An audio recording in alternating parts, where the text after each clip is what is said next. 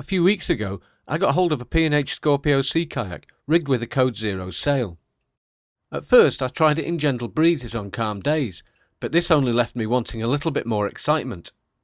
So I headed for the Menai Straits on a breezy day to see what could be done.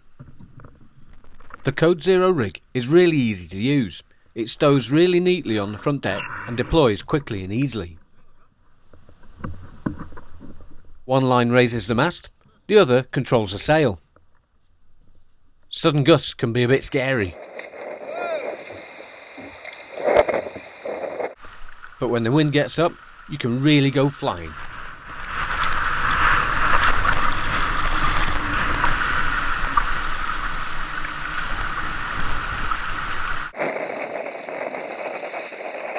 It's great fun, but I did need to be ready for some of those stronger gusts.